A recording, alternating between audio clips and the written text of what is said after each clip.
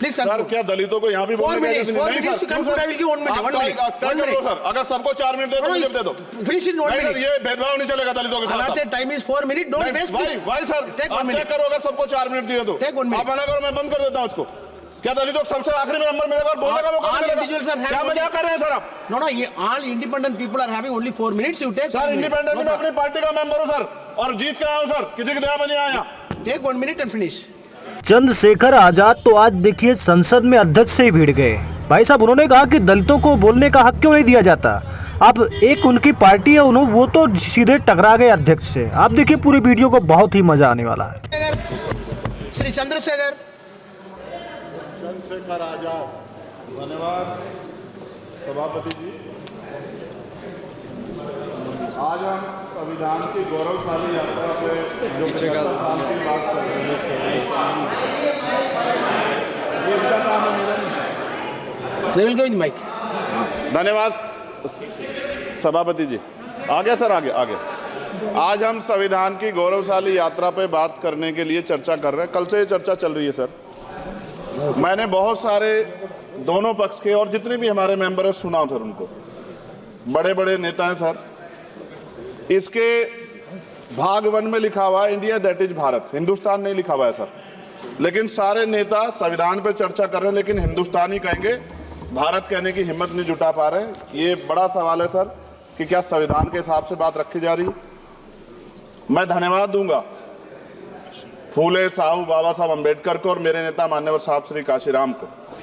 25 नवंबर 1949 को संविधान को सौंपते हुए डॉक्टर बाबा साहब अम्बेडकर ने कहा था कि 26 जनवरी 1950 को हम विरोधाभास भरे जीवन में प्रवेश करने जा रहे हैं। राजनीतिक जीवन में तो हमारे पास समानता होगी, लेकिन सामाजिक और आर्थिक जीवन में असमानता होगी। क्या ये चुनौती आज 73 साल बाद दूर हुई है? भारत ने 26 जनवरी 1950 को संविधान लागू होने के साथ खुद को एक संप्रभु लोकतांत्रिक और गणतांत्रिक राज्य होने का ऐलान किया।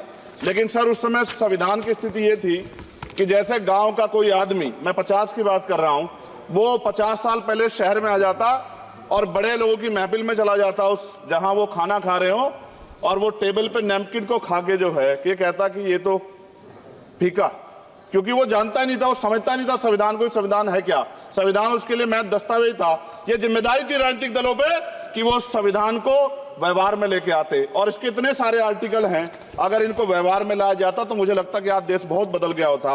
बाबा साहब ने कहा था कि लोकतंत्र भारतीय भूमि का केवल ऊपरी पोशाक है। उनके अनुसार यहाँ की संस्कृति अनिवार्य तौर पर लोकतांत्रिक है। भारत जैसे गरीब और गैर बराबरी वाले देश में संविधान के जरिए छुआछूत खत्म करना, वंचितों के लिए सकारात्मक उपाय करना, सभी वयस्कों के लिए मतदान का अधिकार देना और सबके लिए सम्मान अधिकार तय करना, ये बहुत बड़ी उपलब्धि थी सर।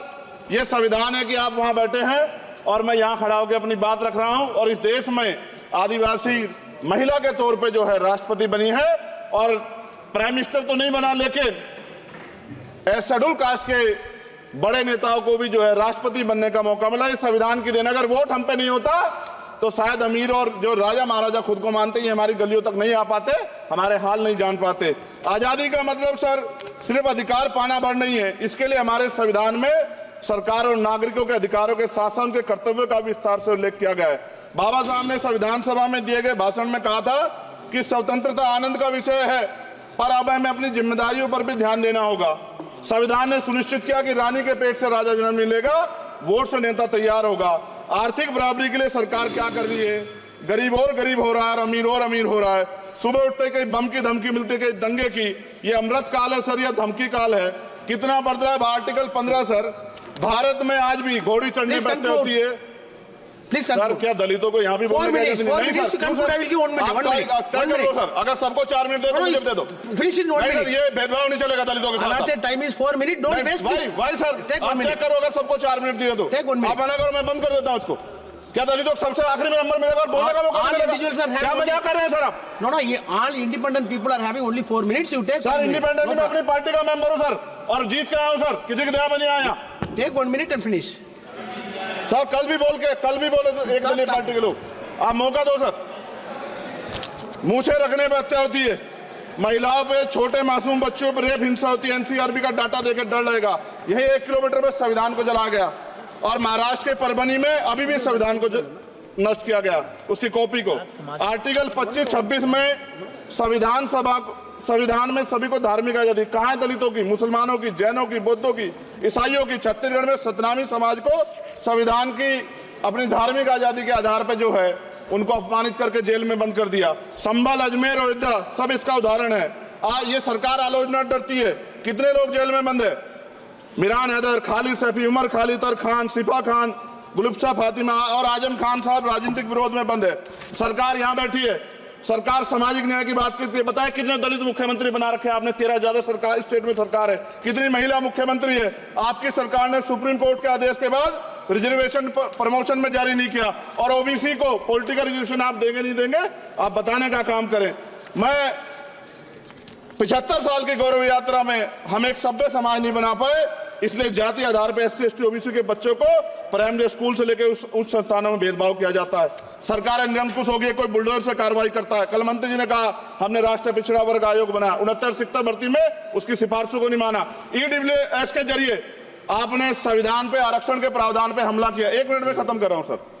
संविधान सर, न्यायपालिका में आर्टिकल 124 ये कहता है सर, ये अधिकार जो है। Sanjay sir ji please conclude sir 1 minute में प्लीज संविधान में न्यायाधीशों की नियुक्ति का अधिकार राष्ट्रपति के द्वारा होना चाहिए, अभी तक नहीं हो रही है। All India judicial service commission कब बनेगा? क्या चंद परिवार ही सर जज बन सकते हैं? और आज हम सर, मैं सरकार से सवाल पूछना चाहता हूं सर, सेवाओं में SC ST OBC वर्ग का कितना प्रतिनिधित्व है?